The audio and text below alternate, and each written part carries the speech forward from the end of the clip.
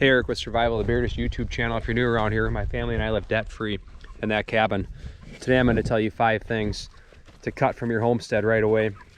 This is not one of them. You should have your own food sources. One thing I think you should cut right away though is grid reliance. I'm not saying you have to live off-grid. Might be a good thing for you to do that. Maybe it's something you want to do. But I think you should cut reliance from it. Look at all these natural disasters, hurricanes that have happened the last few weeks. All these people that depended on the grid and didn't have a plan, like they're thirsty and they're hungry. Think about reliance. If the grid were to go down, how you'd survive, how you'd take care of things, how you'd pump water. I'm going to show how to pump water without electricity soon. A few of you have asked about that. Sorry I've been delayed. I've been sick the last few weeks. I'll get on that video soon. Allowing that grid reliance, propane or natural gas. If that's something you depend on, you need to stop depending on that. You need to come up with alternative ways to heat your house, like wood. And this whole talk about I have a wood boiler, you know, I'm good. People tell me that all the time. I live in northern Minnesota and they say I heat with wood. I use a wood boiler. That uses electricity. It will not run without electricity. So cut your reliance on anything grid related and just change your house or your homestead up a little bit so you don't need those things and don't need to depend on them. The next thing I think you should cut, number 2, is debt. I've been getting some flack saying, oh, debt's a good thing, it's about how you manage it. Sure, that's an opinion. I'm still under the opinion of it's better to own your house debt free. If you live, I don't know, in some wealthy area, and maybe you could get rid of your mortgage or you could move somewhere to be out in the middle of nowhere like me and be debt free, I think that's a good thing. With hyperinflation that's been happening, I personally think it's only a good thing to cut debt and not have it. Because if this inflation continues, I mean, who's to say they won't come after your house? So I think it's good to cut debt, at least on your house. It's a lot harder for somebody to repossess your house when you don't own any money on it. So that's kind of a big thing. I own my land outright. The only way I could ever lose it is if I didn't pay my property taxes or if the government claimed eminent domain. There's really no way out of that. If you know a way out of it, let me know. But there's a lot more security. So I think you should cut debt from your homestead. The third thing I think you should cut from your homestead is just straight wimpiness. I think that my generation was babied a little bit compared to generations before it. I think that generations after mine, like, I don't know, there's a lot of accommodations, and sometimes you just need to take a splitting maul and split wood. And, you know, I've had 2 back surgeries. Maybe your body's not as good as mine, or like mine anymore, I mean. Sometimes you just gotta suck it up and go through it.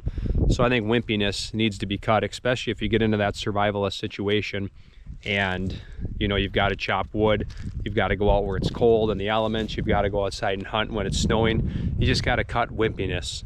So think about cutting that. How can you get yourself in better shape to be prepared in the event you have to be?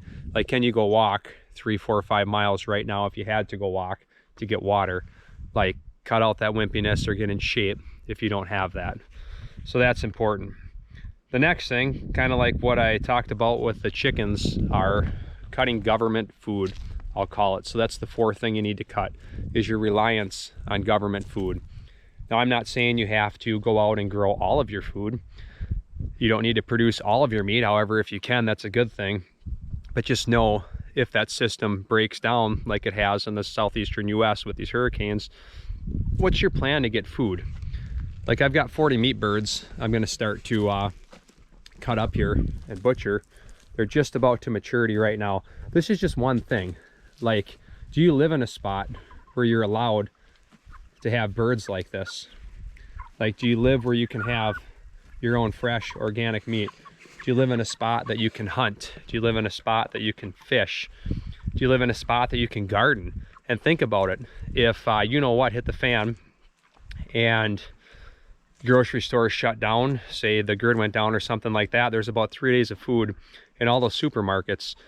Do you live in a remote enough place where everybody doesn't know that you have a garden? Because if you live like in the subdivision and there's a garden there, where do you think everybody's going to turn up?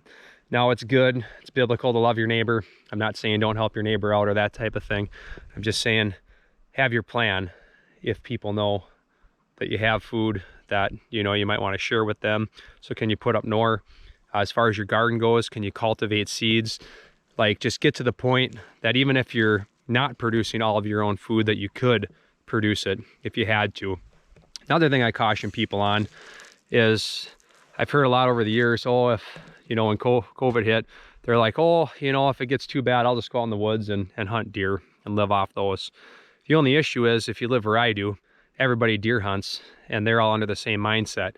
Deer are only going to be around for so long. So I encourage you to make partnerships with your neighbors that might have cows, or if you know any farmers, that type of thing. Good stuff to have, or if you can store and put up, you know, a good amount of food in your house, that's going to help, just to not rely on that. The fifth and final thing I'd cut from your homestead are, think about what integrations you have. Now, I'm not anti-technology, so don't take it this way, but think about it. If you've got Wi-Fi in your house, if things get real bad, I mean, think about certain things that you might say that those devices might pick up. A lot of people say, you know, hey Siri or hey Alexa, and then it picks up, you know, what you're thinking. And then I don't think it's a secret anymore. It's the next thing on your search engine for like the next 5 days, what's heard. So I just challenge you in your homestead, is there any point during the day that you should turn that Wi-Fi off? You know, if you have a conversation or something that maybe you don't want Siri to hear, think about turning that off. You just never know. I don't know. I'll say in God we trust, right? Thanks for watching. Hope you learned something. I'll do that water extraction video here finally, now that I'm upright again soon. Get out, farm, hunt, fish, grow your own food.